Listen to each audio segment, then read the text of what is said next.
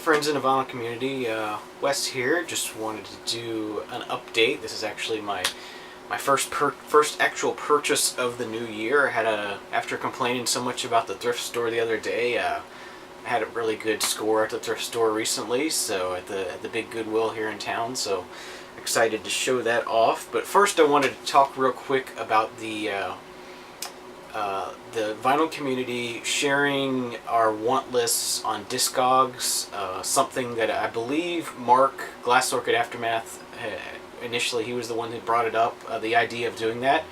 It's a great idea, and I actually went onto Discogs and created a YTVC group on Discogs where we can all sort of join up, so all of our usernames are there in one spot together, and there's also a way to sort of like a little message board sort of thing there if people want to post things. But anyway, it would just be an easy way to sort of collate all the names into one spot to where when a new member joins, you know, all the usernames are right there, and they can browse each person's wish lists and get stuff that way. So what you have to do in order to make this work is you have to be a friend with somebody who is in the group. And first, well, you have to have an account on Discogs, of course, which is pretty easy, and it's free to do, and you know, it's pretty easy to figure out how to search out albums and add them to your wish list, and that's not a big deal.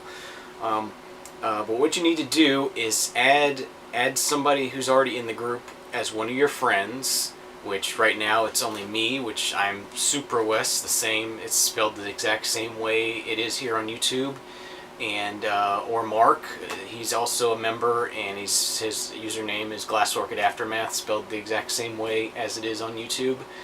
And add one of us as a friend on Discogs. You go over to I believe it's my Discogs over on the right hand side of the page at the top, and then there's a friends tab, and you can sort of type in the name of people and add them as friends, and so you can add one of us as that in that way. And then once you do that, you click on our usernames, and then it'll give you a list of our wish list, our collection, if it's shared or if it's private. There's an option to send a message, and at the very bottom you'll see so-and-so's groups, so it'll be SupraWes's groups, and below that you'll see YTVC, and then you know, you can click on that, and it's, you know, it's a link, it's a blue link, and you can click on that and you'll be able to join up, and you will be part of the YTVC group on Discogs. And so I'm excited to hopefully get some more people to join up and be able to help find people's most wanted records, and, you know, get an idea of what people are looking for, so when I'm out and about and I see something, I'll know to grab it if it's a good price. So with that being said, let's go ahead and get into this thrift store update. Like I said, it was at the Goodwill the other day. These are all 49 cents each, and I think they were all from pretty much the same collection. I frequent these stores fairly often, and I'm there, you know, at least once, probably more like 2 or 3 times a week sometimes. Probably average about 2 times a week, but I was there, found a bunch of interesting stuff, and so let's go ahead and get into it. So the first thing we got here is Harry Chapin's short stories. It's a Harry Chapin album I hadn't seen before. Kind of very interesting sort of art on the cover there.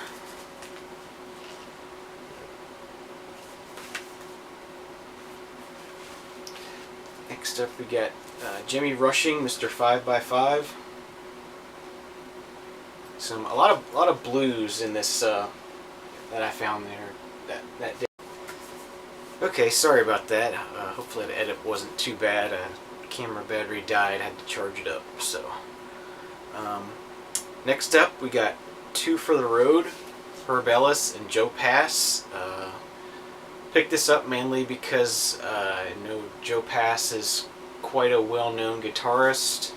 I believe Sid was playing something in the background in one of her videos, and I asked her, you know, who is that? And she said, oh, it's Joe Pass. So definitely wanted to pick this up. It's a cool find.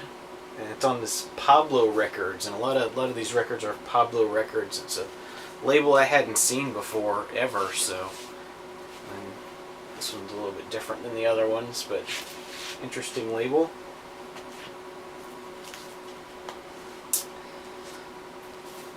This is Stefan Grappelli, Joe Pass, Nels Henning, Orsted Pedersen, Tivoli Gardens, Copenhagen, Denmark. So some more sort of, I guess, jazz type stuff. Cool stuff. Definitely wanted to pick this up and give it a listen. Let's see here. Yeah, this is on the red and white Pablo label that I just never seen before. And it's made in USA, so you know it's a US label, but something I hadn't seen before. It was pretty cool to find that. Next up we have Betty Carter. This is a private press sort of thing. Looked interesting. I guess she's a jazz singer. Kind of interesting look there. Let me grab that. And Leon Redbone, Double Time.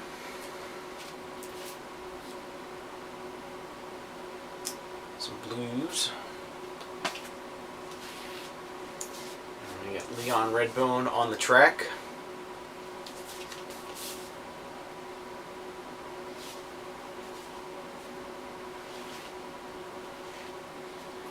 And we got Buffy St. Marie, Fire, Fleet, and Candlelight. Like you say, a lot of these are still in shrink. They're really clean. They're really nice albums. So, really good find I had. This is on Vanguard Records. Looks quite interesting. I do like the cover of that. Bessie Smith, Nobody's Blues But Mine.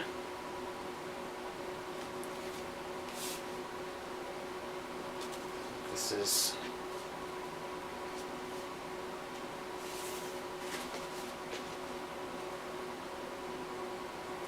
nice collection of female blues singer stuff here. Got a spotlight on Sarah Vaughan. This is on Mercury Records. I think this may be an import. Let's see here.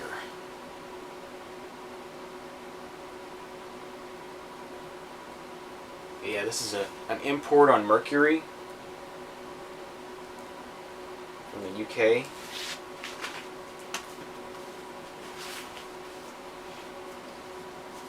We got Bessie Smith, the world's greatest blues singer.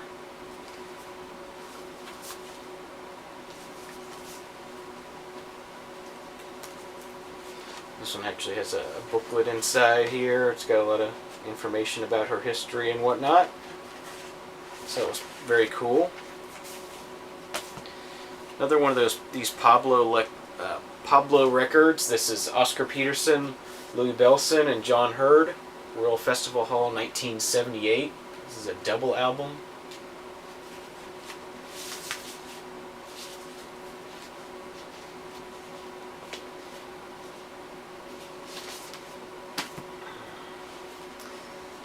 Get a very clean copy of Joan Baez Volume 2.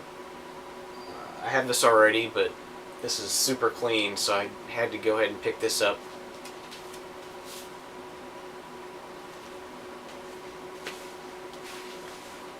We got a Bluebird record, Young Louis Armstrong, 32 to 33. So I guess this is some of his recordings from then.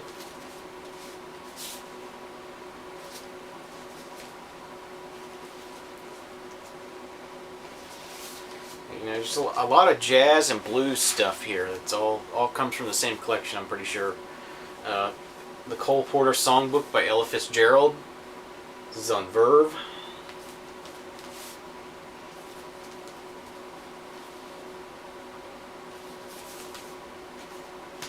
Let me see. Is this okay, that's a US pressing. And we got another Joan Baez, The Contemporary Ballad Book.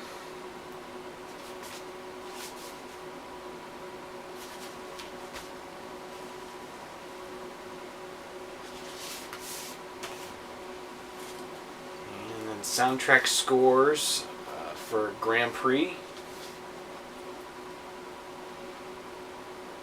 Very classic racing movie, sports car racing movie. Glad to find that. And I picked up this Stereo Action Unlimited. These are sort of some of these early stereo sort of demonstration records, but these are almost like I can't think of what they're called now, but they have the cutouts in the front. This one had sort of a cutout in the front that was kind of cool. Really heavy jacket for one record. I mean, it's very thick and heavy, and this thing's still in shrink, and it looks brand new. I mean, it's pretty amazing that this is probably 60 years old, and it looks like it was just pressed, you know, last year or something.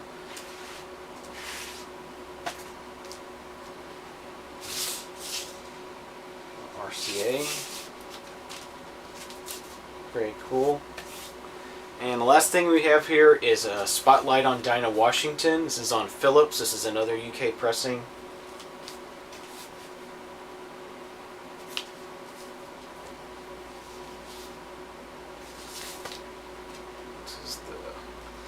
Philips UK label looks a lot like that Mercury UK label, so I guess Philips and Mercury are associated with one another.